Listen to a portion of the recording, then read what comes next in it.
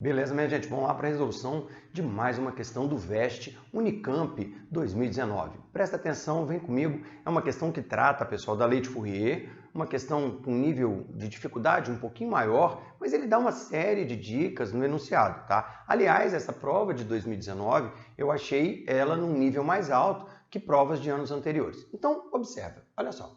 Leve em conta ainda os dados mostrados no gráfico da questão anterior, referentes à temperatura da água T em função da profundidade D. Considere o volume cilíndrico de água cuja base tem uma área de 2 metros quadrados. Só lembrando, pessoal, que ele fala aqui, né, dessa figura, ele fala dessa figura aqui, quer ver? Era exatamente esse gráfico que ele trata, tá? Ele fala o seguinte, você tem a temperatura da água a uma profundidade.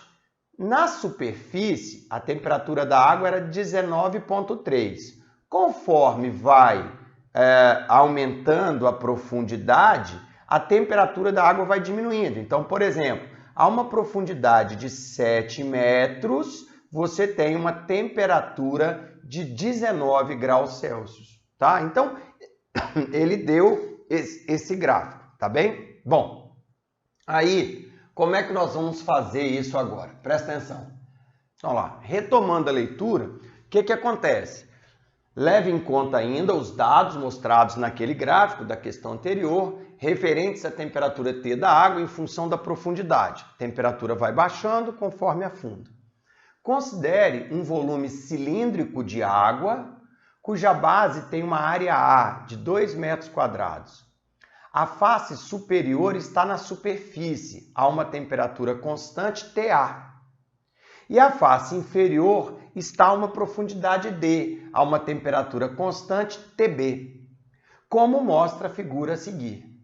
Na situação estacionária, nas proximidades da superfície, a temperatura da água decai linearmente em função de D, de forma que a taxa de transferência de calor por unidade de tempo, por condução da face superior para a face inferior, é aproximadamente constante, dada por fluxo K vezes A vezes TA menos TB, dividido tudo por D. Tá? Então, isso que ele deu é a lei de Fourier, e ele está falando da propagação de calor da face A, que está uma temperatura mais alta, para a face B, que está com a temperatura mais baixa, tá bem?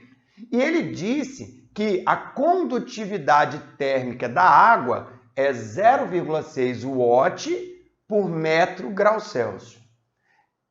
Assim, a razão TA menos TB sobre D é constante para todos os pontos da região de queda linear da temperatura da água mostrados no gráfico apresentado.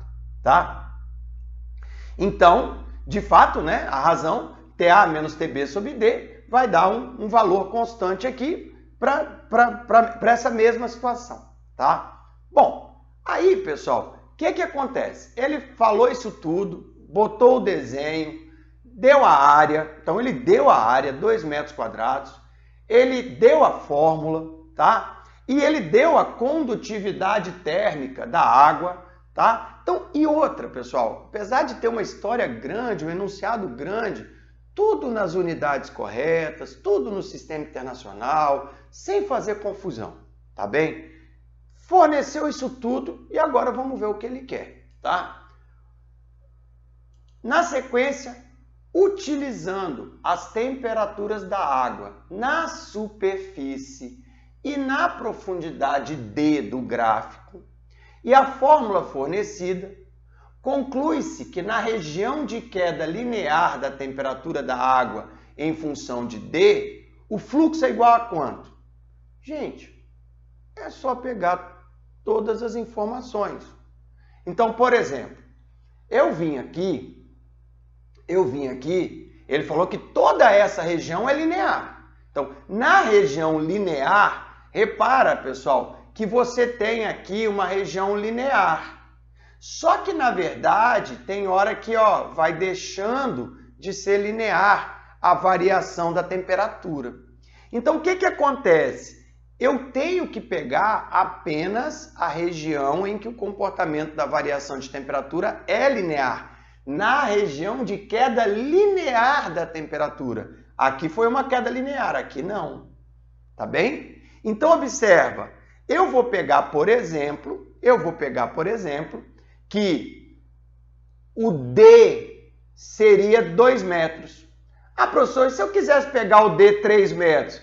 Se você pegar o D 3 metros, você vai ter mais dificuldade aqui para medir, para achar um valor, vai dar um valor muito quebrado. Então, eu peguei 2 metros, então, ele saiu do 0 metros e foi até o 2 metros e a temperatura caiu de 19,3 para 19,25. Então, a profundidade aumenta 2 metros e a temperatura cai de 19,3 para 19,25. Então, aqui é 19,3, aqui é 19,25. E essa profundidade é quanto? 2 metros. Aí, o que acontece? Eu vou jogar tudo isso na fórmula. Tudo isso. Simplesmente vou pegar o K que ele deu, o TA que ele deu, o TB que ele deu, o D que ele deu, a área que ele deu e vou jogar na equação e achar o fluxo. Então, fica tudo ali. O K estava na fórmula direta, o A estava na fórmula direta, o TA, o TB e o D é que eu peguei um trecho da parte linear. Podia ter pego esse trecho, podia ter pego esse, não poderia pegar aqui para baixo, porque aqui deixou de ser linear. Aí joguei tudo ali, vou achar minha resposta. 0,03 watt, 0,03 joules por segundo. Joule por segundo é o watt. Alternativa letra A, alternativa correta, pessoal. Beleza? Valeu e até a próxima.